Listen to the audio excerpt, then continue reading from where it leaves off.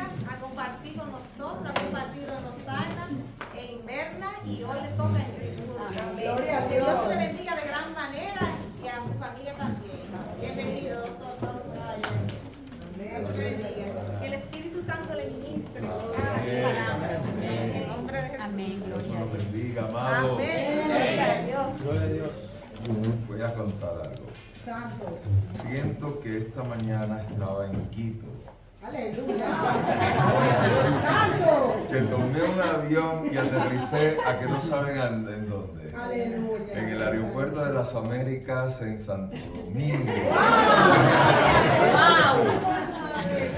Y acá está el malecón, ¿verdad?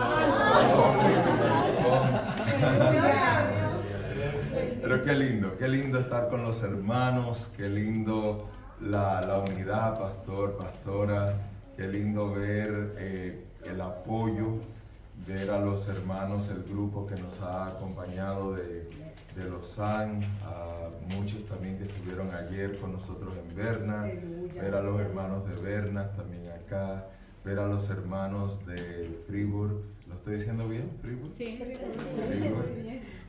Fribourg, que han preparado todo esto, han tenido todos estos detalles, ¿verdad? El esfuerzo, el sacrificio, porque eso es lo que es el amor. Amén. El amor es cuando nosotros nos sacrificamos por otro, eso es amor. Las personas realmente tenemos dificultad con el concepto amor porque no todos hemos tenido la misma experiencia. No todos tuvimos los padres amorosos, no todos tuvimos los abuelos amorosos, no todos tuvimos esa esposa o esposo amoroso.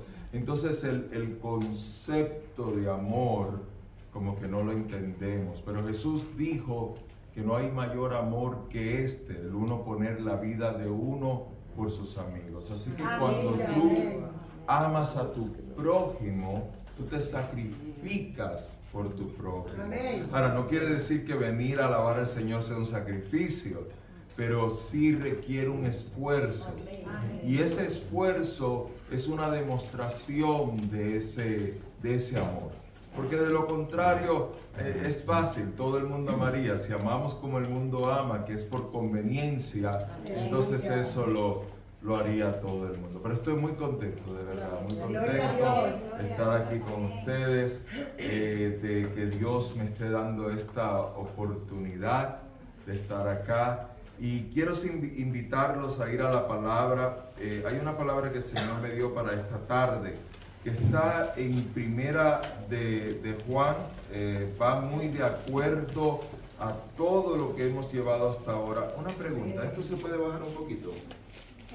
¿Se afloja dónde? ¿Aquí? No, aquí arriba. No, ¿dónde? ¿Dónde afloja? Ah, se rompió. No, era más para allá, pero está bien, ok, no hay problema. Lo administramos aquí, está bien. Entonces, vamos de acuerdo a la palabra que se leyó en Efesios. Vamos a hablar sobre la seguridad de nuestra salvación. Vamos a estudiarlo. Me gusta enseñar, creo que es donde el Señor me quiere tener, pero también si el Señor quiere que se predique, pues se predica. Pero vamos a ir a primera de Juan, o sea, la primera carta de Juan, no el Evangelio, capítulo 5. Y vamos a leer del 6 al 8. Me gustó mucho esa palabra en Efesios que leímos. Así que vamos, cuando usted encuentre la palabra, yo le invito a ponerse de pie. Pues espera encontrarla, para así yo saber que ya la encontró. Aquí, primera de Juan, capítulo 5, 6 al 8. No, estamos bien, estoy bien, gracias, Señor. Estoy bien, podemos trabajar desde aquí. Gracias. Bien, yo espero, están la mayoría de pie, voy a esperar por los demás. Oh, amén. Gracias. Otro punto para el hermano. Para que el pastor tenga misericordia de él. Estoy bromeando, el pastor ya ha tenido misericordia de él.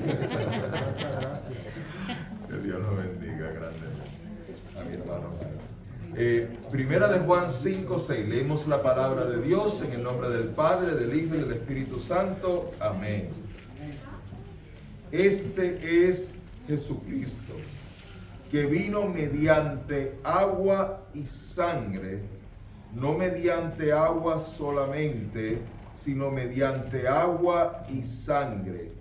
Y el Espíritu, con E mayúscula, es el testimonio, es el que da testimonio, porque el Espíritu es la verdad. Leamos el 7. Para los que no creen en el Padre, en el Hijo y el Espíritu Santo. Miren lo que dice.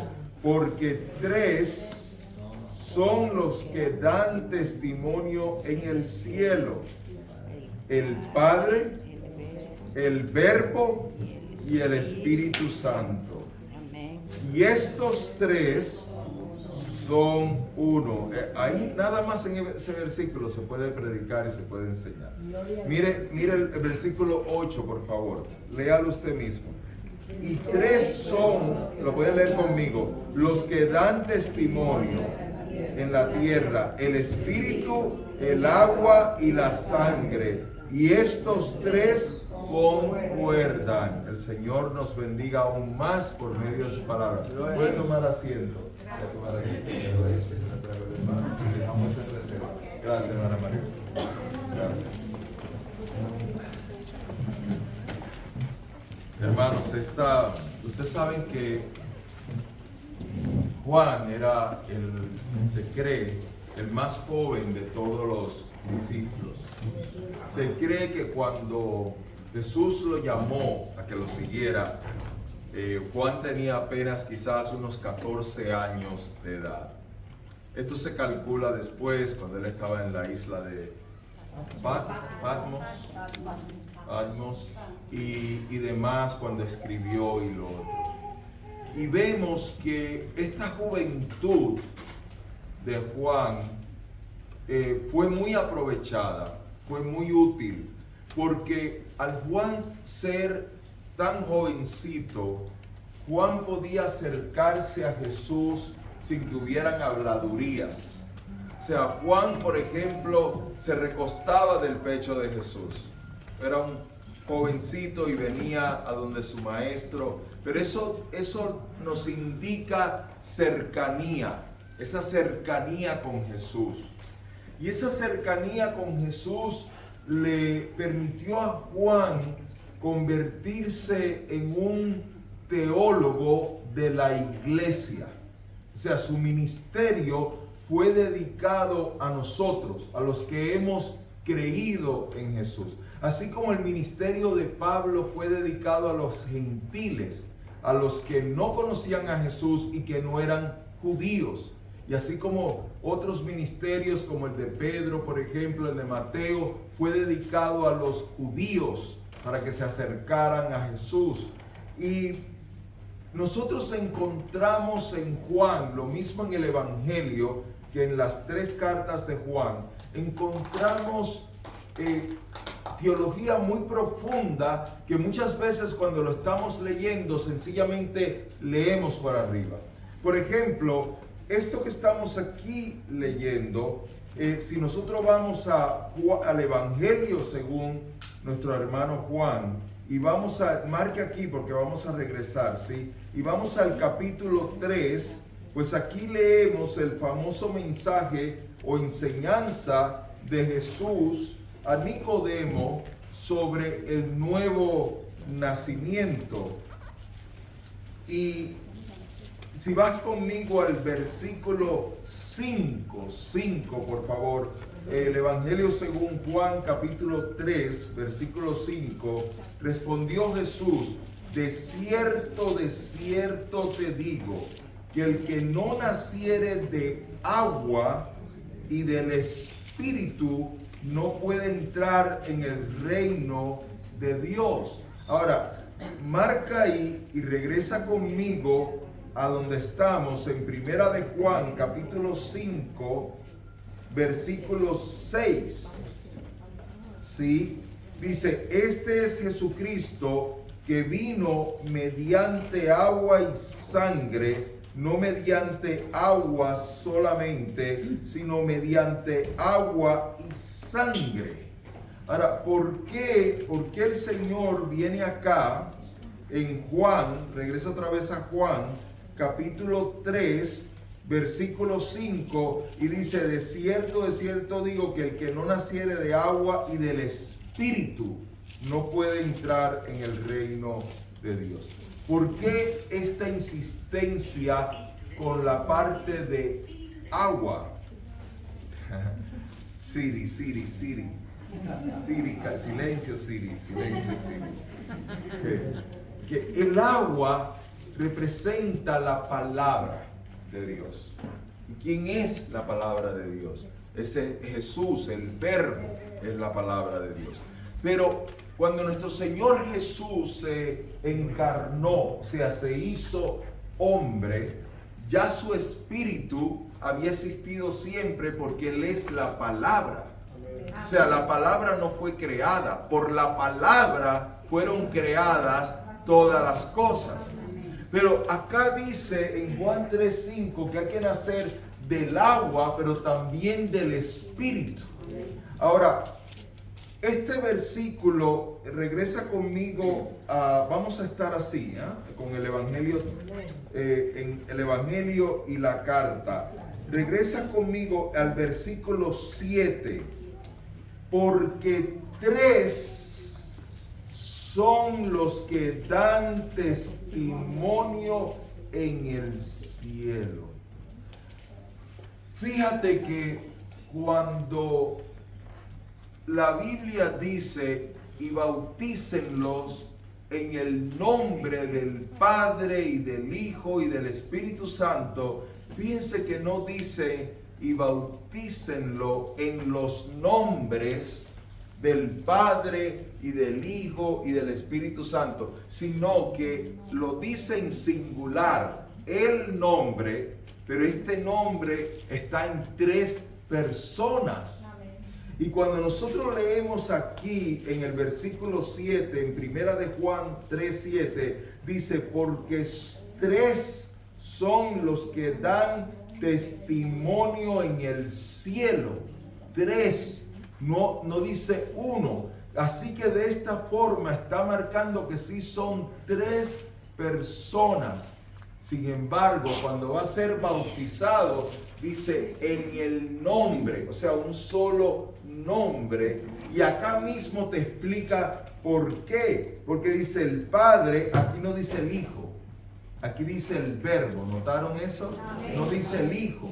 ¿Por qué no dice el Hijo? Porque está hablando del agua, está hablando de la palabra. Amén. Que la palabra es el agua, es lo que trae. Por eso el Señor dijo, correrán por dentro de ti ríos de agua viva, porque Él es el agua.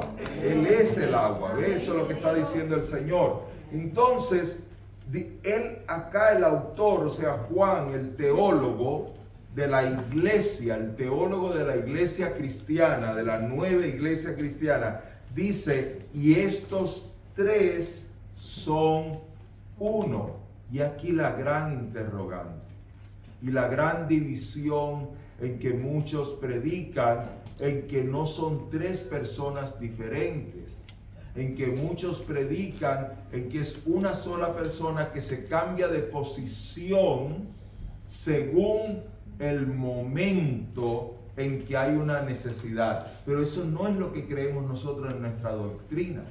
Nosotros no creemos que es una sola persona que se cambia en 3. Nosotros creemos que sí son 3 personas, pero uno en esencia. ¿Cómo así? Lo que sabe el Padre lo sabe el Hijo, lo que sabe el Hijo lo sabe el Espíritu Santo, lo que sabe el Espíritu Santo lo sabe el Padre. O sea, la comunión. Cuando nosotros vamos a la palabra, a ver, vamos a marcar aquí porque vamos a regresar, pero vayan conmigo a Génesis, al capítulo 1 de Génesis, por favor, al Antiguo Testamento, que también leímos de ahí para darle ofrenda al Señor. Y si vamos al versículo 1, Génesis 1:1, dice, en el principio creó Dios los cielos y la tierra. Ahora, si vas conmigo al versículo 26, dice, entonces dijo Dios.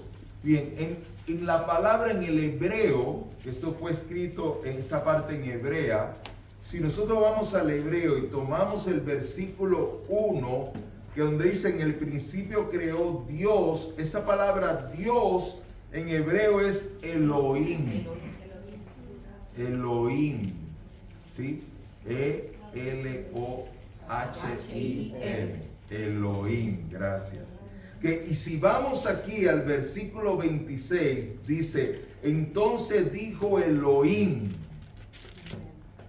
hagamos al hombre a nuestra imagen, conforme a nuestra semejanza. ¿Por qué el Señor está hablando aquí en plural?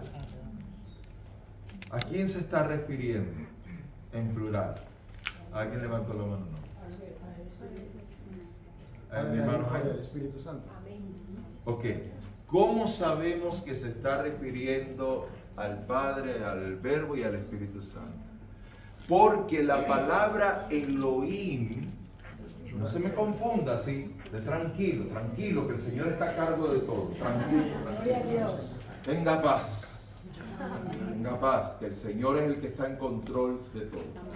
La palabra Elohim quiere decir Dios en plural.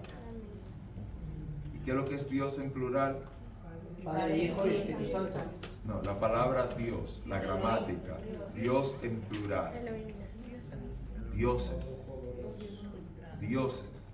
Entonces se pensó, otras religiones de afuera miraron a los judíos y pensaron que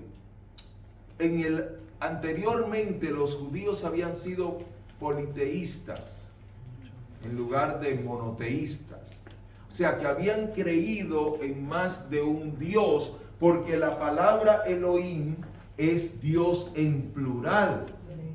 Pero recuerda una cosa, cuando la Biblia está siendo escrita, la Biblia no está siendo escrita para convencernos a nosotros, porque Dios no tiene nada que probar. Amén. Nosotros tenemos que acercarnos a Él por fe, no porque Él nos convence, nos persuade a que pertenezcamos a su religión.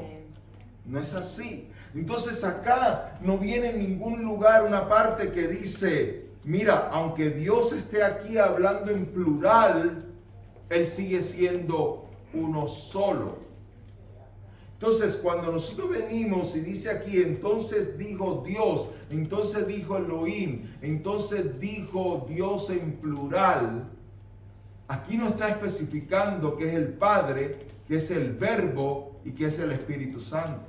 Aquí no está especificando eso, porque recuerden que la revelación en el Antiguo Testamento no la tenían completa. Los que escribían en obediencia, inspirado por el Espíritu Santo, pero todo era un espejo de lo que habría de venir. Aún cuando estaba el tabernáculo era de lo que hay en el cielo, de lo que va a venir cuando Dios esté con nosotros, cuando Dios esté con el hombre, cuando Dios viva con nosotros.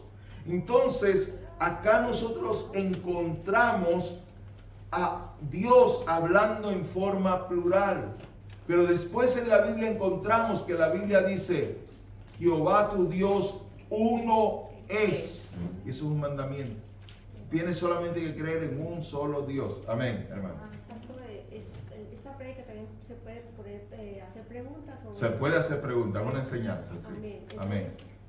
Para muchos judíos que hablan de la palabra Elohim, que es plural, ellos dicen que no se refiere a la esencia todavía, muchos judíos lo dicen, se refiere a las tres cosas que tiene Dios: omnisciencia, omnipresencia y omnipotencia, que a eso se refiere, dicen los judíos. Pero en la Biblia, cuando yo leí eso, porque bueno, lo que usted dice Elohim viene ya de los de los hebreos que eran politeístas en ese tiempo y asumieron dioses. No, ellos no eran politeístas, ellos eran monoteístas. Pero ellos cogieron, ese Elohim viene de una rama sumeria, bueno, de otra cosa. Claro, claro. Pero cuando los judíos dicen, hasta el sol de hoy, hasta hoy, que Dios es uno solo, están en contradicción con nuestra creencia que es tres personas en uno, que nosotros creemos, se refiere a la omnisciencia, a la omnipotencia, a la omnipresencia. Sí, eso, y le agradezco mucho que traiga ese punto. Continúe, dígame. Pero hasta ahora yo no he encontrado en la Biblia algo que yo diga, el versículo que diga no se refiere a esa omnisciencia, sino a la omnipotencia. Acuérdate, yo les recuerdo que el Nuevo Testamento no es reconocido por los judíos, Claro. solo el Antiguo Testamento, la Torá. Excelente aportación, gracias por traerlo, porque eso es lo que les estoy enfatizando, ¿sí? Dios no viene en la palabra y trata de presentarte un bosquejo persuasivo para hacerte creer, no. Dios expone su palabra y según la revelación nos va llegando, toda la palabra se va haciendo completa. A los judíos no recibir la revelación del Nuevo Testamento, ellos todavía se encuentran sin la revelación de qué quiere decir Elohim. Ahora, si nosotros vamos, y es cierto lo que la hermana está diciendo, de que ellos tratan de darle esa explicación que ya ustedes escucharon, pero si vamos al versículo 26 del capítulo 1 de Génesis, cuando Dios dice hagamos y habla en plural, ahí no pueden ser atributos, porque Dios no puede estar hablando en una forma de solamente atributos. Dios está incluyendo a otras personas porque está hablando en plural. Pero esto no es que los judíos eran politeístas o que creían en más de un Dios, porque nosotros vemos que siempre en la palabra, en el Torá, que son los primeros 5 libros de la Biblia, aparece Jehová tu Dios uno es. Y ellos no podían creer en varios dioses, ellos tenían que creer en un solo Dios. Y esta mañana también hablábamos de cómo los misterios de antes, como lo que encontramos en Isaías 65, son revelados después en la carta de Pedro, en Apocalipsis. Los que estuvieron esta mañana saben de qué le estoy hablando, pero la revelación de quién está hablando en forma plural no llega hasta el Nuevo Testamento. Vayan conmigo, por favor, a Primera de Corintios, capítulo 12, por favor. Primera de Corintios 12. Ahora estamos en el Nuevo Testamento. Ustedes van a llegar ahí primero que yo, porque soy un poquito lento en todo en mi vida. Primera de Corintios 12, y vamos a ir al versículo. Yo quiero que usted marque, si usted está tomando notas o si usted está usando la Biblia para estudiar, yo quiero que usted marque del versículo 1 al 4. Versículo 1 al 4. Ahora, nosotros sí, ¿por qué nosotros rechazamos la doctrina de que es una sola persona que se va cambiando según la necesidad? Porque una sola persona no puede estar en 3 lugares diferentes, y Dios es omnipresente, sí es cierto, y Dios puede estar en todo lugar, pero Él se marca en 3 formas diferentes. Por ejemplo, en el bautismo de Jesús. En el bautismo de Jesús está Jesús siendo bautizado. Está Dios el Padre hablando y se escucha la voz. Este es mi Hijo amado, en quien tengo complacencia. Desde el cielo se oye esa voz y está el Espíritu Santo en forma de paloma. El Espíritu Santo no es una paloma, en forma de paloma viene sobre Jesús. Pero para que quede menos duda de que sí son 3 personas diferentes, vamos a ir aquí, Primera de Corintios 12, del 1 al 4. No quiero, hermanos, que ignoréis acerca de los dones espirituales. Sabéis que cuando eran gentiles se os extraviaba, llevándoos como se lleva a los ídolos mudos.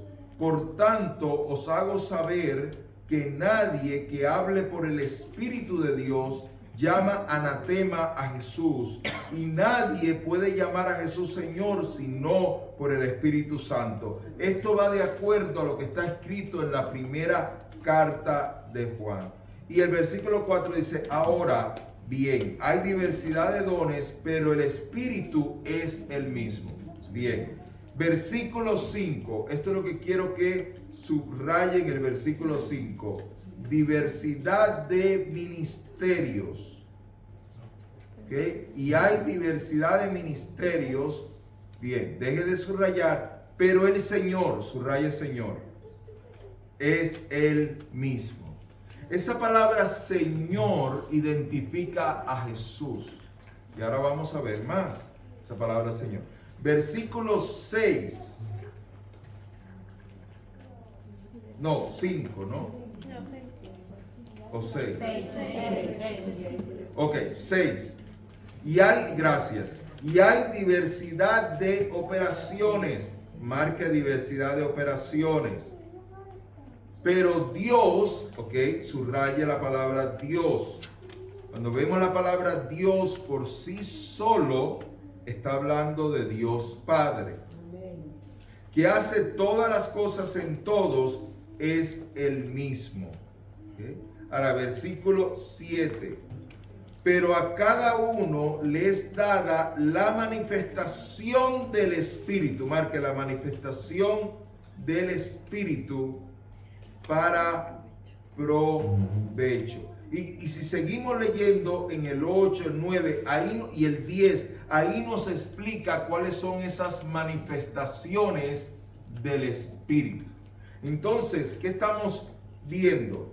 En el versículo 4 dice: ahora bien, hay diversidad de dones. Puede subrayar diversidad de dones. Pero el Espíritu, puede subrayar Espíritu, es el mismo. Ahí está hablando del Espíritu Santo. ¿Me siguen? En el versículo 4. Ok, volvamos al versículo 5. Y hay diversidad de ministerios, pero el Señor está hablando de Jesús, es el mismo. Versículo 6. Y hay diversidad de operaciones, pero Dios, hablando de Dios Padre, que hace todas las cosas en todos, es el mismo. Y en el 7 volvemos a la manifestación del Espíritu, hablando del Espíritu Santo, y en el 8, 9 y 10 están cuáles son esas manifestaciones. Ahora, si alguien, por favor, puede ir a Efesios capítulo 4, versículo 7, y se puede poner de pie y leerlo, por favor. Efesios 4, 7, y que primero lo encuentre. Amén, cierto. Pero a cada uno de nosotros fue dada la gracia conforme a la medida del don de Cristo. Del don de Cristo, gracias. Don de Cristo. ¿Qué quiere decir la palabra don? Don. ¿Qué significa? Cuando habla de que tú tienes un don, ¿qué es eso? Un don de Dios. Un regalo de Dios. Don es un regalo de Dios. Entonces, el Espíritu Santo tiene dones, pero Jesús también tiene el don que nos da, la medida del don que nos da. Si nosotros vamos aquí a 1 Corintios 12:5, usted marcó diversidad de ministerios. Hermano José, el versículo 11, por favor, lo puede leer. Estamos ahora en Efesios 4:11. Y él mismo constituyó a unos apóstoles, a otros profetas, a otros evangelistas, a otros pastores y maestros. Amén. O sea, ¿qué estamos viendo aquí? Estamos viendo que quien nos llama a nosotros al ministerio es nuestro Señor Jesús. Por eso es que él iba, veía a Pedro y le decía, ven, sígueme. Veía al otro y decía, ven, sígueme. Jesús es el que llama. Pero cada una de las personas de la Trinidad de Dios tiene un papel en nuestras vidas. Aunque Dios es uno solo, cuando Jesús iba a partir de esta tierra, dice, yo os rogaré al Padre y Él os enviará a otro Consolador. Él no dijo, me enviaré yo mismo.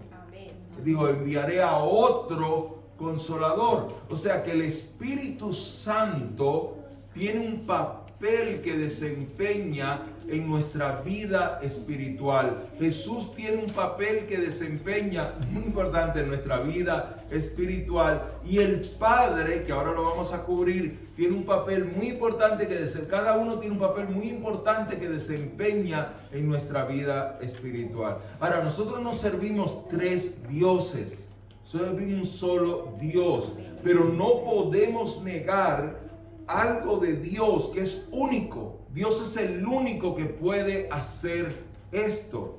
Sin embargo, Dios nos crea a nosotros semejante a Él. Y la palabra de Dios dice que nosotros somos espíritu, alma y cuerpo. Y dice, sí, pero yo no puedo separar mi espíritu por un lado, el alma por otro, el cuerpo por otro. Claro, porque yo no soy Dios. Yo no soy Dios. Pero si Dios me puede hacer a mí espíritu, alma y cuerpo, ¿por qué Él no puede ser Padre, Verbo y Espíritu Santo? ¿Por qué si Él puede tomar algo tan sencillo como el sol o como un huevo de gallina y todo estar en tres, dividido en tres, ¿por qué Él no puede ser tres? Y lo que quiero esta noche, porque estamos hablando de nuestra seguridad en el Señor, de nuestra vida eterna en el Señor, y para ello tenemos que hablar de una relación con nuestro Señor, y tenemos que atrevernos a meternos en aguas más profundas de solamente el plan de salvación. Tenemos que estar dispuestos a aprender un poco más de teología y a empezar a entender los misterios de Dios. Entonces, vamos a regresar ahora a Primera de Juan, pero volvamos a Primera de Corintios, capítulo 12, ¿sí? Y vayamos al versículo 4 y de ahí vayamos al versículo 7, que en el 4 dice, ahora bien, hay diversidad de dones, pero el Espíritu, con E mayúscula, es el mismo. Entonces, el Señor Jesús nos llama al ministerio. El Espíritu Santo nos da los dones espirituales para capacitarnos para el ministerio. Mira el versículo 7. Pero a cada uno le es dado la manifestación del Espíritu. ¿Para qué? Para orgullo. Para estarlo mostrando por ahí como, mira, ahí viene el gran apóstol, fulano de tal, que hace esta sanidad. No, para provecho. Provecho. Y todos sabemos lo que es provecho, ¿verdad? Tiene que dar algo bueno, producir algo bueno. Y entonces, si usted empieza a leer los otros versículos que siguen, dice, porque a este es dada por el Espíritu palabra de sabiduría, a otro palabra de ciencia según el mismo Espíritu, a otro fe por el mismo Espíritu, a otro dones de sanidades por el mismo Espíritu, a otro el hacer milagros, a otro profecía, a otro discernimiento de espíritus, a otro diversos géneros de lengua y a otro interpretación de lenguas. Versículo 11, pero todas estas cosas las hace uno y el mismo Espíritu, repartiendo a cada uno en particular como Él quiere. Entonces, la Biblia también dice, procurad los mejores dones. Ahora, amado y amada mía, yo no sé usted, pero yo no le voy a decir al Espíritu Santo que este don es bueno y el otro no es bueno. Yo no lo voy a hacer. Pero ¿por qué entonces dice la Biblia procurad los mejores dones? ¿A qué se refiere? Los mejores dones que van con el llamado que Dios ha traído a mi vida. Cada uno de nosotros que formamos parte del cuerpo de Cristo tenemos un llamado. Porque el cuerpo de Cristo no es como antes, cuando íbamos a la iglesia tradicional y todos nos sentábamos en la banca y todo el que se ocupaba del servicio y de todo al frente era el sacerdote y nosotros solo éramos espectadores ahí. No. El cuerpo de Cristo es un conjunto de personas, cada uno desempeñando un papel según lo que el Señor quiere. Y en esta misma escritura encontramos, imagínate que todos fuéramos manos, o que todos fuéramos pies, o que todos fuéramos oreja, o que todos fuéramos, o sea, queremos, nos peleamos porque esa es la verdad. Nos peleamos en la iglesia para yo tener el puesto de este, aquel tener el puesto de este. Pero ¿sabes cuánta falta hace todo lo que hay en la iglesia? Amén. Tú sabes que yo no te voy a decir que mi pie es la parte favorita de mi cuerpo, pero si yo no lo tuviera, ¿cuánto lo extrañaría? Te lo aseguro, y creo que tú también. Entonces, todo hace falta y yo no puedo ir contra mi propio cuerpo. Yo no puedo lastimarme yo mismo. Yo no puedo venir ahora y voy a decir una palabra fuera de lugar, machacarme un dedo. Yo no puedo hacer eso porque a mí este dedo me gusta, este dedo está bien. Y si él duele, yo duelo. Entonces, el cuerpo de Cristo, todos nosotros tenemos algo que Cristo nos ha llamado a hacer. Amén. Gloria. Y si vas, por ejemplo, hermano, el versículo Efesios 4:12. ¿Para qué son estos ministerios? ¿Qué dice la palabra? Efesios 4:12. A fin de perfeccionar a los santos para la obra del ministerio, para la edificación del cuerpo de Cristo. Entonces, ¿para qué Jesús nos llama? Porque estamos hablando en el versículo 7 de los dones de Jesús. En el versículo 11 está explicando algunos de esos dones, no son los únicos, porque también en Romanos capítulo 12, versículo 5 en adelante encontramos otros dones. O sea, no solamente son estos 5 dones, como algunas veces malinterpretamos, hay otros dones. Porque está también el don de la persona que Dios ha llamado a dar, pero esas son personas que se desprenden, no solamente nosotros que venimos y damos ofrendas, hay personas que están dispuestos a desprenderse de todo, tienen ese don, ese regalo de Jesús para la obra de Él, para el crecimiento de la obra de Él, que son amplios, dan con un corazón abierto, no como hacía por ejemplo Colgate o Colgate. Que este señor empezó diezmando el 10%, pero él después decía, pero a mí ya no me duele diezmar 10. Y después siguió con el 20 y después decía, pero ya a mí no me duele diezmar 20, porque las finanzas se les multiplicaban. Y después daba 30 y 40 hasta que llegó y se volvió un diezmador a la reversa. Diezmaba el 90 y se quedaba con el 10. Estas son personas llamadas por Dios con ese don de dar de esa manera para la obra de Dios. Y no son solamente estos 5 misterios, pero ahí dice algo bien importante en el versículo 12. ¿Para qué son estos ministerios? Para perfeccionar a los santos en la obra del ministerio hasta llegar a la perfección. Eso dice en Cristo. Léalo otra vez, mi hermano, el versículo 12. A fin de perfeccionar a los santos para la obra del ministerio. Exacto. Para la edificación del cuerpo de Cristo. En el próximo versículo, el 13, léame el 13. hasta que todos lleguemos a la unidad de la fe y del conocimiento del Hijo de Dios, a un varón perfecto, a la medida de la estatura de la plenitud de Cristo. O sea, es el ministerio nos es dado para nosotros poder edificar, trabajar en qué, en los otros hermanos, para ayudar a los otros hermanos a crecer en la obra del ministerio.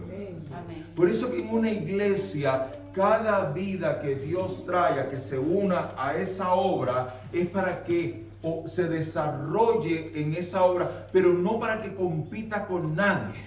O sea, el desarrollo de la obra es porque Dios te está trayendo con un propósito. Y cuando el Señor le complazca usarte en ese propósito, te va a usar en ese propósito. Ese es el plan en que como Dios funciona. Ahora, volvamos otra vez a la primera carta de Juan.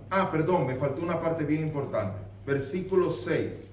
Y hay diversidad de operaciones, pero Dios que hace todas las cosas en todos es el mismo. Cuando Jesús oraba como hombre, ¿qué buscaba Jesús? Hacer la voluntad del Padre. Cuando Jesús oraba, ¿cómo Jesús sabía que el Padre le iba a contestar? ¿Porque él sencillamente era el verbo? No, porque él oraba en la voluntad del Padre. Entonces, Jesús nos llama. El Espíritu Santo nos capacita, pero Dios determina dónde nosotros operamos. ¿Cómo así? Dios nos llama en el pastorado. ¿De qué se trata el pastorado? Se trata de cuidar a las vidas. Pero Dios puede determinar si tú vas a trabajar en el cuerpo, en la iglesia, como el pastor del altar. Que el trabajo del pastor del altar es que todo fluya.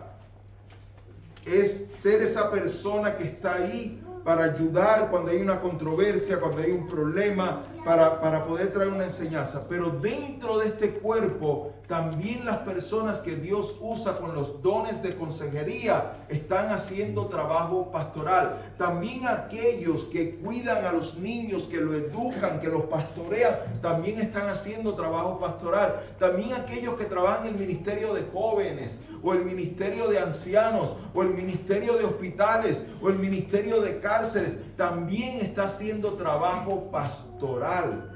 Aquella persona que ayuda al pastor principal de la iglesia en visitaciones y en seguimiento está haciendo trabajo pastoral.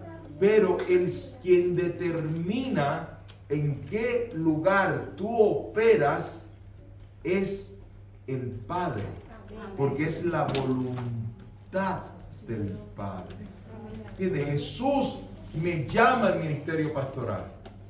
Jesús, el Espíritu Santo me viene y me equipa con los dones para yo poder hacer el trabajo. Pero el Padre es el quien decide en su voluntad en donde yo voy a operar. Y yo he compartido este testimonio muchas veces antes, quizás alguno lo ha escuchado, pero recuerdo que un joven un día testificó de que en Puerto Rico había un director de un instituto grande en San Juan y le llegó una carta de su ministerio, creo que era la Iglesia Bautista si no me equivoco, le llega una carta donde lo están transfiriendo a un pueblo donde hay que comenzar un instituto bíblico, un pueblo de Puerto Rico. Y cuando él se está despidiendo, el director, viene este joven y se le acerca y le dice: pastor, lo siento mucho. Y el pastor le dice: disculpa, ¿qué sientes? Y viene: lo siento mucho que lo hayan degradado de esa manera, que después que usted ha dirigido un instituto como este, lo manden a un campo, a usted abrir una obra ahí, un instituto. Lo siento mucho que lo hayan castigado de esta forma. Y aquel siervo del Señor le dio una respuesta que nunca se le olvidó a él ni se me olvidó a mí tampoco. Le dijo, no hay lugar más alto que estar en la perfecta voluntad de Dios. No hay lugar más alto en esta tierra, no hay posición más alta en esta tierra que estar en la perfecta voluntad de tu Padre. No hay lugar más alto. Amén. Si el Señor me quiere a mí recogiendo papelitos, si yo estoy recogiendo papelitos, estoy en la posición más alta que el Señor quiere, porque me encuentro en su perfecta voluntad. Muy bien, gloria al Señor. Vayamos por favor a 1 de Juan 5 de nuevo. Y dice, este es Jesucristo que vino mediante agua y sangre. Okay, vamos a explicar eso. Jesús es la palabra. ¿Sí? Por la palabra fueron hechas todas las cosas. Por la palabra. Dios dijo, sea la luz, y fue la luz. Por la palabra. Pero cuando dice aquí por agua y sangre, sangre se está refiriendo a Jesús el hombre. Porque quien nos salva a nosotros del pecado no es Dios, es Jesús. Dios no murió en una cruz porque Dios no puede morir.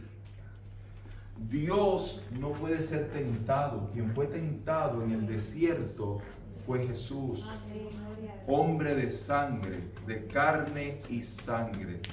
Jesús es el segundo Adán, el segundo hombre, el que el Señor estableció para que naciera como hombre. No es una epifanía, no es una ilusión, no fue algo que se vio, es real. Un hombre de carne y hueso, que se cansaba, que tenía sed, que tenía hambre. Un hombre de carne y hueso. Y no se le puede quitar el mérito. Porque si te vas a Isaías 53 y lo lees, ahí está hablando del mérito que Dios ha de darle a un hombre.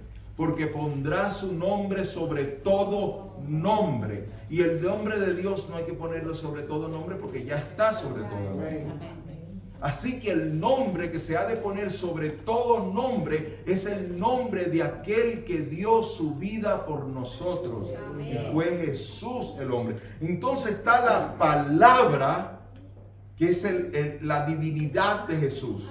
El Espíritu de Jesús es Dios mismo, es la palabra. Pero está la sangre y dice, de nuevo, versículo 6.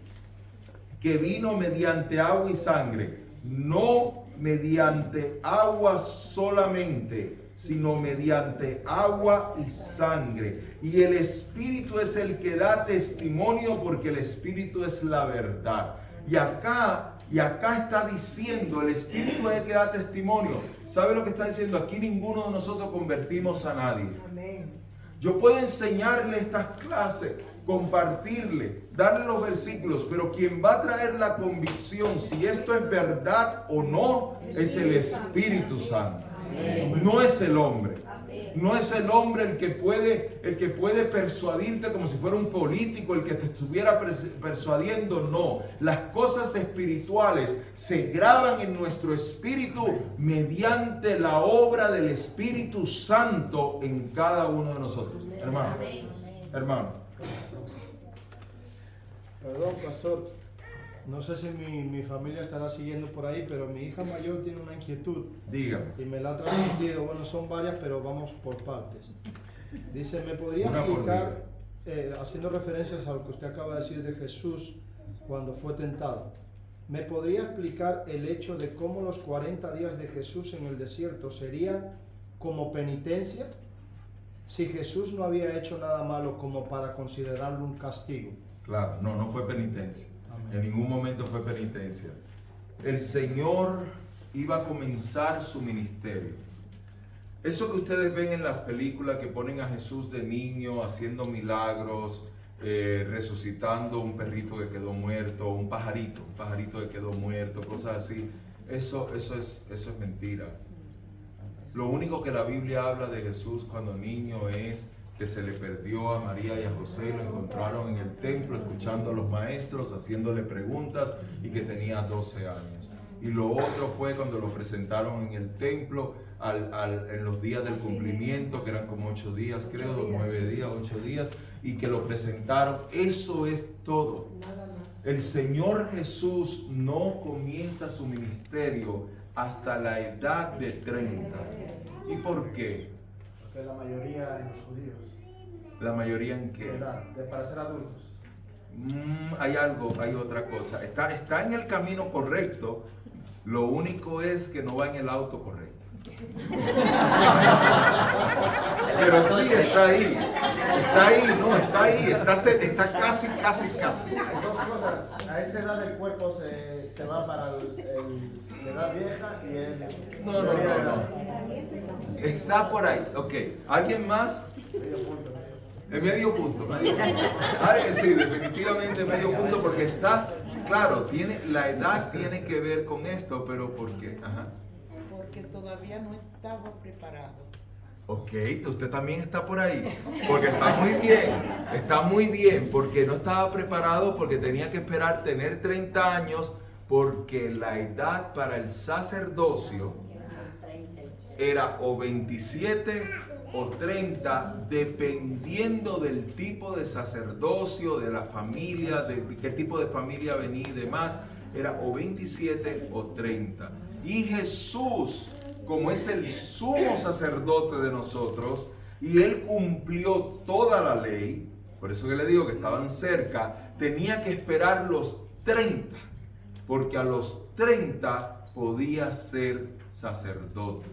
Así que Jesús no comienza su ministerio. Por eso es que cuando María se le acerca a Él, que ya le había ido al desierto y había estado esos 40 días, y ahora voy a acabar de completar esa pregunta, en esos 40 días ya lo había estado. Cuando ella se le acerca, Jesús se encontraba en una boda y Jesús le dice: mujer, ¿qué tienes que ver conmigo? ¿Por qué le dijo mujer?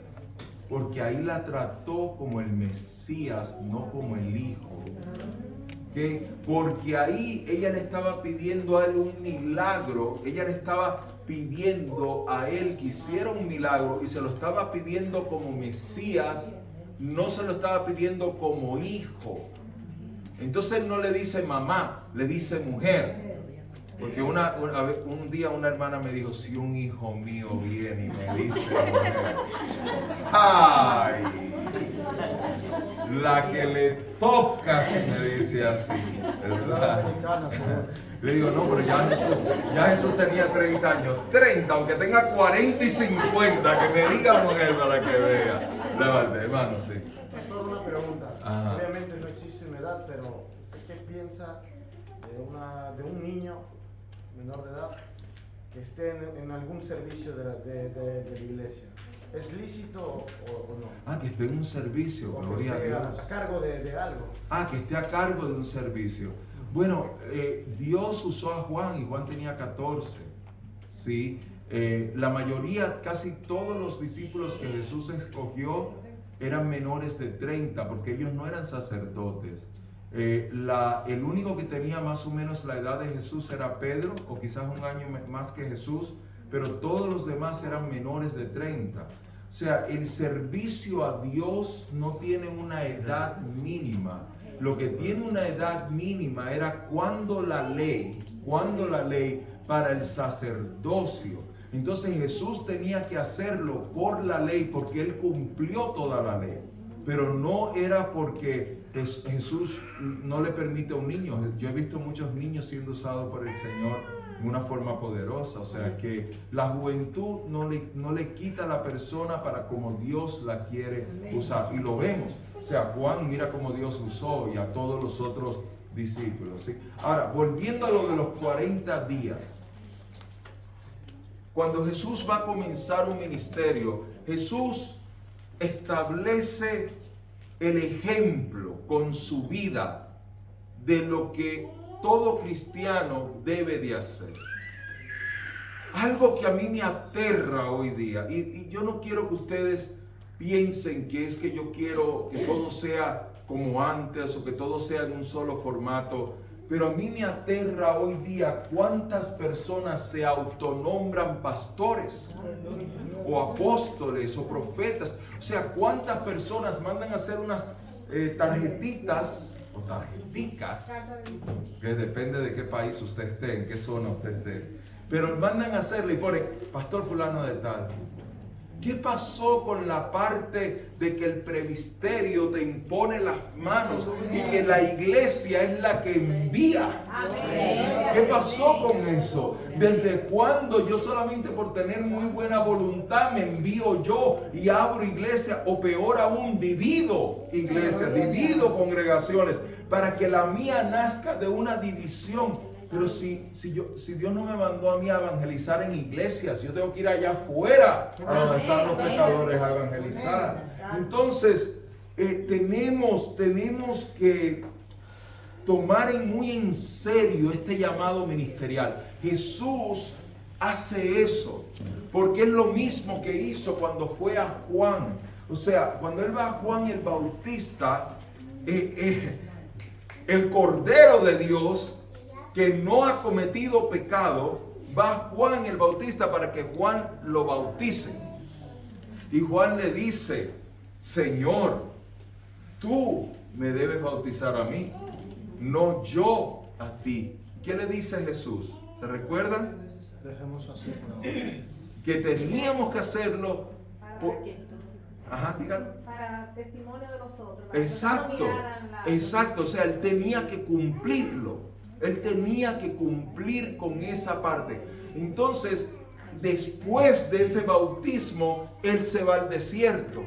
O sea que nosotros, hay muchos que queremos ministerio, amén, gloria a Dios. Pero queremos ministerio, tenemos que estar dispuestos a pasar no solamente por el bautismo, tenemos que estar dispuestos a pasar por el desierto. Amén. Tenemos que estar dispuestos a pasar por el sacrificio. Y eso es lo que Jesús nos enseña. O sea, Jesús no está diciendo que la unción se compra, si Él es la unción. O sea, ¿cómo se va a comprar? Lo que está diciendo es, hay que darle el valor al ministerio. El ministerio es pagar un precio. ¿Saben? Cuando el Señor me llama a servirle y uno está en ese amor y en ese fuego y uno quiere servirle en todo y quiere servirle el lunes, martes, miércoles, jueves, viernes, sábado, domingo, todos los días y quiere estar, el Señor dice: te llamo al pastorado. Amén, Señor, gloria a Dios, aleluya. Y yo ahora digo: Señor, tú supiste lo que hiciste, ¿ah? Porque si tú me hubieras llamado al pastorado 3 años después o 2 años después de lo que tú me llamaste, yo no sé. Y no es que me quejo, no. Gloria a Dios. Ha sido mi vida, el dedicar mi vida entera al servicio de Dios. El que desde los 24 años hasta el día de hoy, todos los días estoy en el camino, sirviendo al Señor, gastando mi juventud completa para ser. Yo estoy súper contento por eso. Pero yo lo que no entiendo es por qué la gente se pelea tanto por el pastorado. Porque es tan doloroso. Se sufre tanto. Nunca se me olvidará cuando una vez vinieron a mi hijo, en aquel entonces mi hijo tenía como 12 años. Le dijeron: tú vas a ser pastor como tu papá. Mi hijo dijo: ¿yo? Para que me hagan lo que le están haciendo a mi papá. No, yo no voy a ser pastor. Claro, eso no lo decide él, eso lo decide el Señor. Pero es el golpe lo que se sufre, ¿sí? Ahora, esa obediencia a Dios es lo que lleva a la victoria. ¿Qué es lo que está diciendo Primera de Juan capítulo 5? Quiero llevarte al versículo 8. Y 3 son los que dan testimonio en la tierra: el espíritu, el agua y la sangre. Okay. Cuando nosotros leemos esto, dice, porque 3 en el 7 son los que dan testimonio en el cielo. Y después 3 son los que dan testimonio en la tierra. Estamos hablando en el cielo, estamos viendo a Dios en su forma completa. El Padre, el Verbo que es la palabra y el Espíritu Santo. Pero en la tierra el testimonio viene, vamos a tomarlo de esta forma, por medio de la palabra, por medio del sacrificio de Cristo en la cruz y por medio de la obra del Espíritu Santo en cada uno de nosotros. Entonces, ¿por qué lo explica así? ¿Porque hay otros 3? No hay ningún otros 3. Lo que la Biblia nos está enseñando es que esta es la forma de evangelizar. La forma que yo tengo para evangelizar es siempre predicando a Cristo en la cruz. Siempre predicando el sacrificio de la sangre, lo que el Señor hizo por nosotros. La sangre de Cristo, mis hermanos, y no se me sientan mal por esto que les voy a decir, pero yo he pasado tiempo en tantos países. Eso es otro privilegio, otro regalo de Dios, algo que parece como increíble. Yo he vivido en Ensanche Naco, en Santo Domingo, yo he vivido en Sabaneta, en Medellín, he vivido en San Borondongo se llama, en Guayaquil. San Borondongo es la zona esa de Guayaquil, San Borondongo en Guayaquil. He tenido tantas oportunidades de estar en tantos lugares y estando en Colombia, en una iglesia en Colombia, cada vez que se decía algo que era peligroso, como por ejemplo hay un maleante o hay alguien que está robando por este barrio, hay que tener cuidado, y venía una hermana y decía, la sangre de Cristo, la sangre de Cristo. Pero la sangre de Cristo no es un amuleto. Y ponen a la sangre de Cristo. ¿Sabes que la sangre de Cristo es para una sola cosa? La sangre de Cristo no es tampoco para sanar. Porque la Biblia dice, por su llaga fuimos nosotros curados. ¿Okay? La sangre de Cristo no es para protección de este auto, o para protección de mi casa, o cuando los hijos salen, Señor, ponga a mis hijos bajo la sangre de Cristo. Sí, ponlo bajo la sangre de Cristo, ¿para qué? Para remisión de pecados. Si no son salvos, si no le han dado su vida a Cristo, ponlo bajo la sangre de Cristo. Señor, obra en ellos, que te conozcan como su Señor y Salvador. Pero la sangre de Cristo es solo para salvación, hermano. Vamos a obviar el nombre de la persona que ministra bajo la sangre de Cristo, la cual muchos de aquí conocemos. Pero mi pregunta va relacionada con el aspecto de los 7 supuestos derramamientos, la cual yo he podido constatar en la palabra de Dios. ¿Se pueden aplicar en cada una de las áreas donde dice que la sangre de Cristo nos da identidad cuando le arrancan la barba, cuando la sangre de Cristo por los agujeros de sus manos nos dan las manos productivas, cuando son agujereados los pies dice que nos indica el camino que debemos de seguir? Todo esto va relacionado con una doctrina de la sangre de Cristo. Y en base a los 7 derramamientos, ¿qué veracidad podemos tener en base a la misma palabra? Amén. Gracias por su pregunta, mi hermano. Hermanos, yo sé que yo a veces me puedo meter en problemas por la forma en que yo predico. Pero a mí me gusta ser muy leal a la palabra. Muy fiel, creo que esa es muy fiel a la palabra. Y si fuera por vender libros o si fuera por algo, entonces uno puede venir y empezar con todas estas teorías y todas estas cosas. Sí, ¿por qué? Porque en ningún lugar en la Biblia a mí me dice que los clavos de Cristo, o sea, esa es otra expresión que uno escucha, los clavos de Cristo. O en la iglesia católica escuchamos el corazón de Jesús.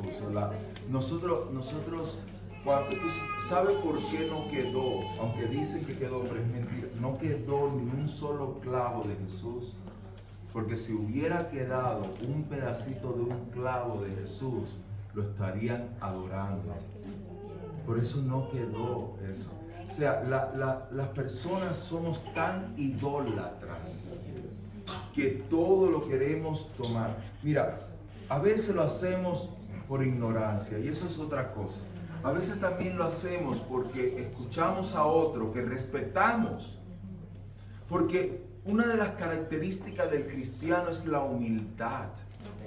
Nosotros los creyentes tenemos que aprender a ser humildes, a no creernos más que el otro. No es que nos creamos menos, pero no creernos más, a tratar a cada uno con respeto.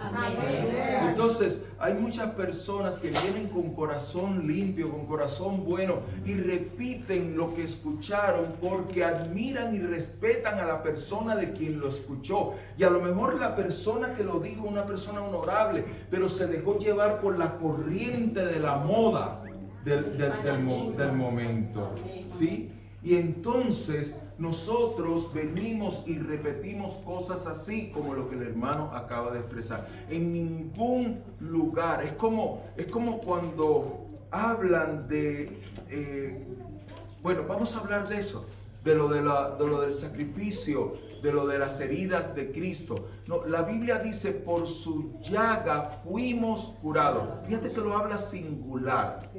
No dice por sus heridas, por su llaga. Porque lo que Él llevó en su cuerpo, cuando al Cordero de Dios, cuando a un cordero se iba a sacrificar por los pecados del pueblo, no lo golpeaban, lo degollaban y la sangre que derramaba era la que llevaban al lugar santísimo. ¿Por qué entonces a Jesús lo torturaron de la forma que lo torturaron? Para que por su llaga, nosotros pudiésemos recibir la sanidad. Él pagó el precio de nuestras enfermedades también en Él. Pero esto no quiere decir ahora que por la corona de espina que Jesús llevó en su frente, yo te declaro sano de ese tumor. No, eso no lo leemos no vemos ni a Pedro diciendo eso, ni a Pablo diciendo eso. Entonces, si yo no veo el ejemplo bíblico, ¿cómo yo lo voy a decir?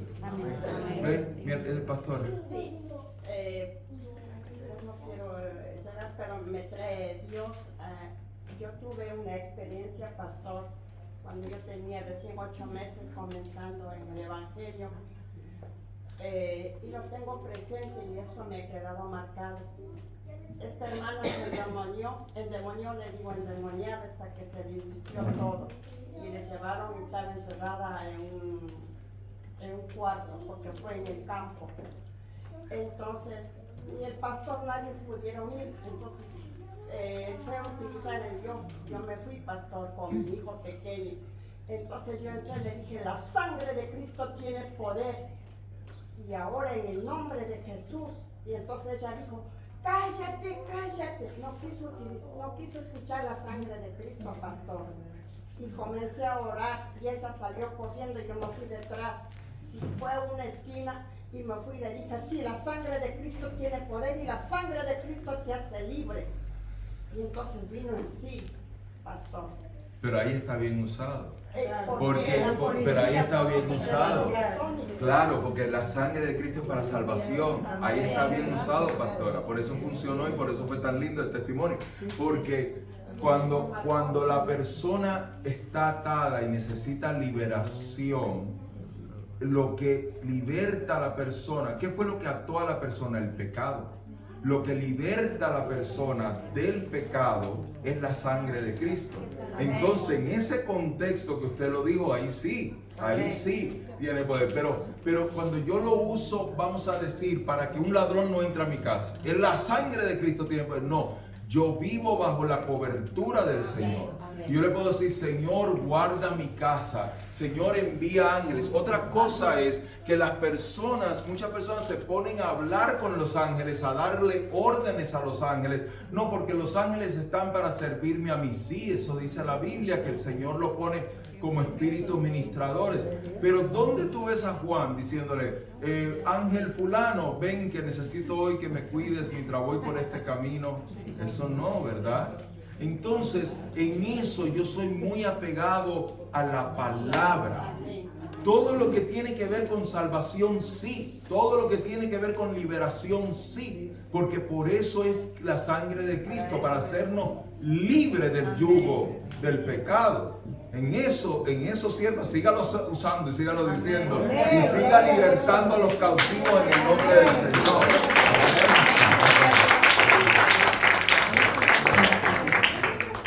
Que la gente dice también, por sus 39 llagas, también hablan, y yo nunca he visto la Biblia 39 llagas. Le dieron 39 azotes. ¿Por qué? Porque el azote número 40 era el de la muerte. Entonces, porque decían que ningún hombre podía aguantar más de eso. Entonces sabemos que le dieron 39 azotes. Pero ¿qué sucede? Yo me recuerdo cuando yo era niño, que me dijeron que me habían hecho mal de ojo y no sé qué cosa, y trajeron a una señora y empezó a leer unas escrituras. Yo tendría como 7 años, algo así.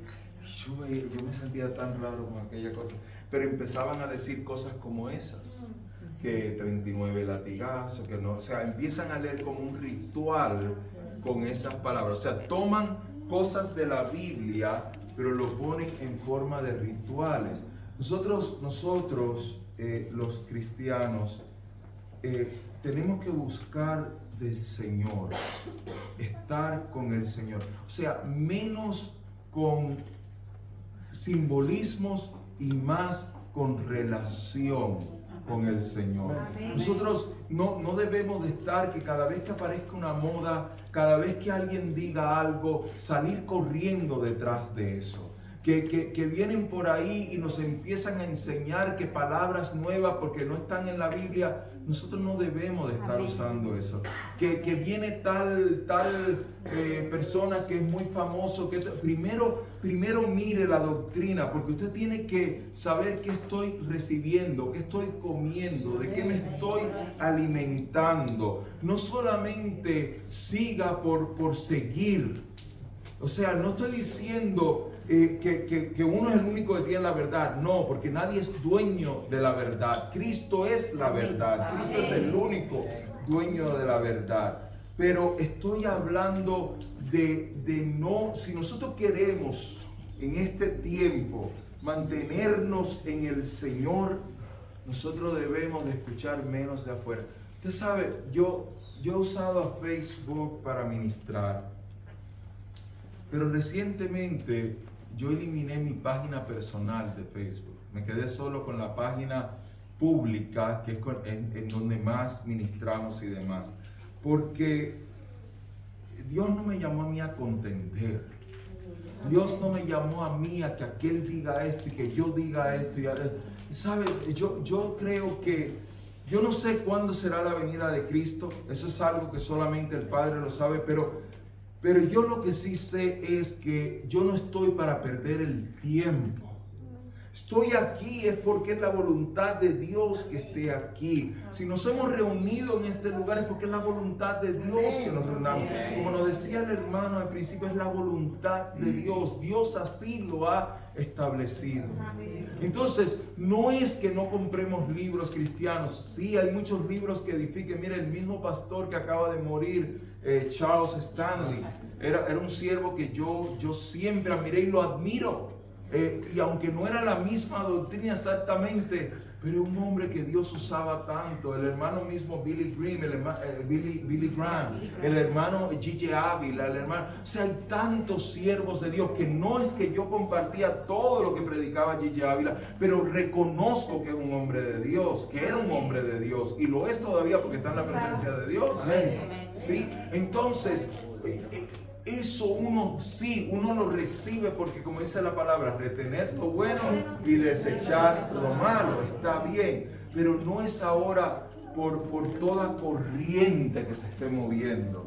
No, hay que tener mucho cuidado, porque entonces empezamos a aprender mal, y cuando empezamos a aprender mal para después reparar lo mal aprendido, mis hermanos, qué difícil.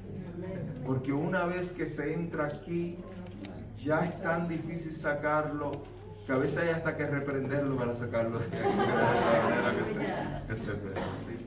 Amén. Ya ustedes han preguntado mucho, ¿verdad? A ver, mi hermano. A ver, que así hay un capítulo de la Biblia que ponga que los niños, ¿hasta qué edad los niños son inocentes o los inocentes? Porque supuestamente siempre los 7 años. Y yo tengo esa duda. Es tan linda esa pregunta porque precisamente ayer estábamos hablando de cuándo la persona pasaba a ser un pecador.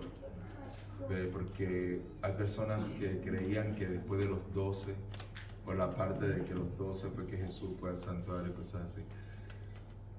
Yo precisamente, no sé si aquí alguien sabe dónde está Mao Valverde.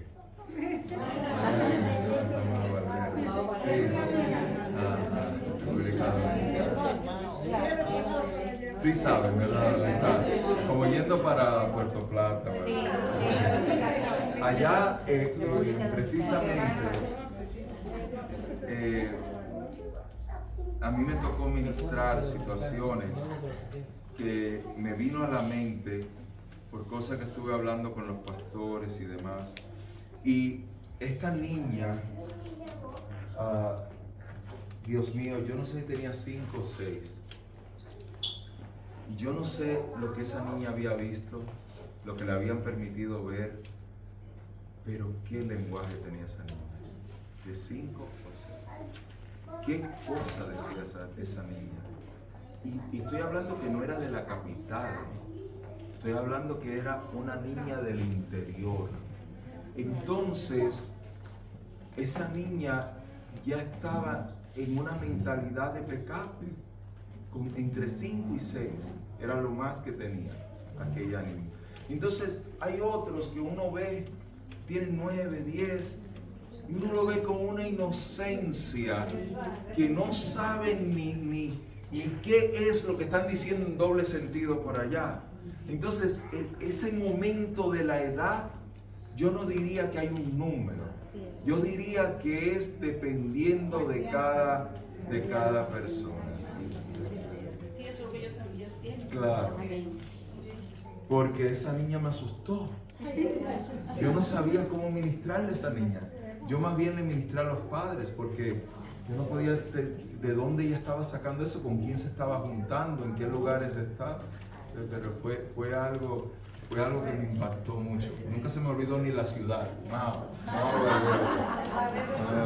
Mi hermana. Una pregunta. Sobre que no hay sol, sino que será Dios que nos iluminará, que hablábamos este fin de semana. ¿Cómo dormiremos por las noches si no habrá oscuridad? Porque a mi entender Dios no apagará su resplandor para que nosotros durmamos. Muy buena pregunta. La palabra no entra en ese detalle. La palabra habla que ya no habrá ni sol ni luna, que Él será nuestra luz. Y la palabra no viene y nos dice, bueno, habrán estaciones, pero las estaciones las estableció Dios en su plan original. También el Señor estableció el descanso. También la palabra nos dice que en Apocalipsis 6, del 9 al 11, a los mártires le dice descansen un poco más. Así que me imagino que el Señor nos dará la forma de descansar. Hay lugares en la tierra que 6 meses de día totalmente y 6 meses es de noche totalmente, y esas personas pueden vivir ahí, se acostumbran, o sea, no sé, usarán cortinas, se taparán los ojos, o sea, no, pero no puedo especular en algo que la Biblia no lo especifica. Otra pregunta de mi hermano. Es su segunda, así que ya le puse cuota como allá. A ver, no, sierva, diga. Esa, una hermana graduada de maestría en nuestro instituto, así que estoy muy contento y muy orgulloso de ella, en el buen sentido. Diga, hermano. Sí, pastor, cuando uno habla está predicando la palabra de Dios y se encuentra con personas que conocen de la Biblia bastante, son personas católicas pero conocen la Biblia, siempre viene la pregunta de que los pastores de dónde vienen. Y usted hablaba precisamente de Jesús, que era el sacerdote, de 27 a 30 años, él pudo asumir ese ministerio. Pero nuestro Señor Jesús no viene de la tribu de Leví, sino que de acuerdo a la Biblia, él es sacerdote por la orden de Melquisedec. Pero la Biblia, usted sabe más que nadie, si la leemos bien, no se encuentra ningún dato referente al sacerdocio de Melquisedec. Solamente sabemos que es el rey de Salem que le entregó el diezmo a Abraham y allí.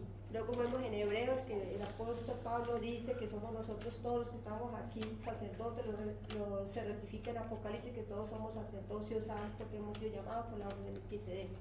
Pero la Biblia no da más información de ese sacerdocio, por ejemplo, la edad en que se comienza, sabiendo que Jesús es de la tribu de Judá.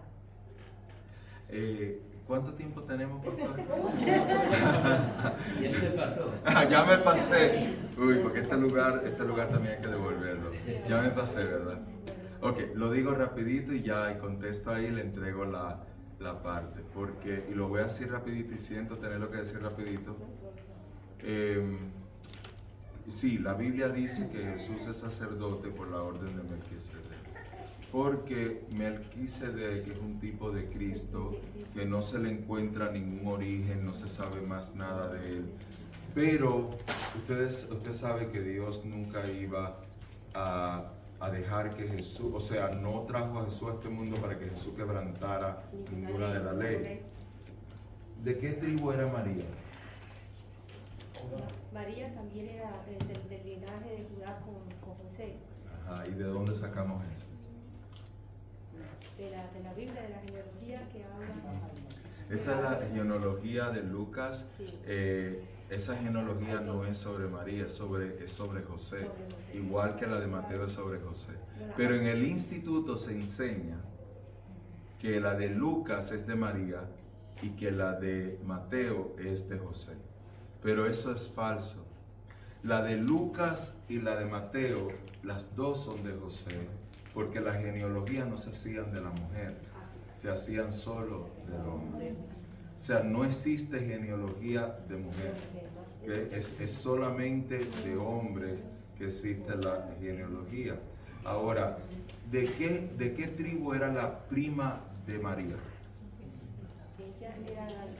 ¿Cómo se llamaba ella, la prima de María? Elizabeth. La mamá de Juan el Bautista. Exacto, la mamá de Juan el Bautista. ¿Y de qué tribu era? Y se lo pregunto a todos, no solo a la gente alemana. ¿De qué tribu era la prima de María? ¿Perdón? De Leví, porque el esposo de Elizabeth era sacerdote y él no se podía casar fuera de su tribu para poder ser sacerdote. Y María era prima de Elizabeth. Así que lo más lógico es que María era de la tribu de Leví.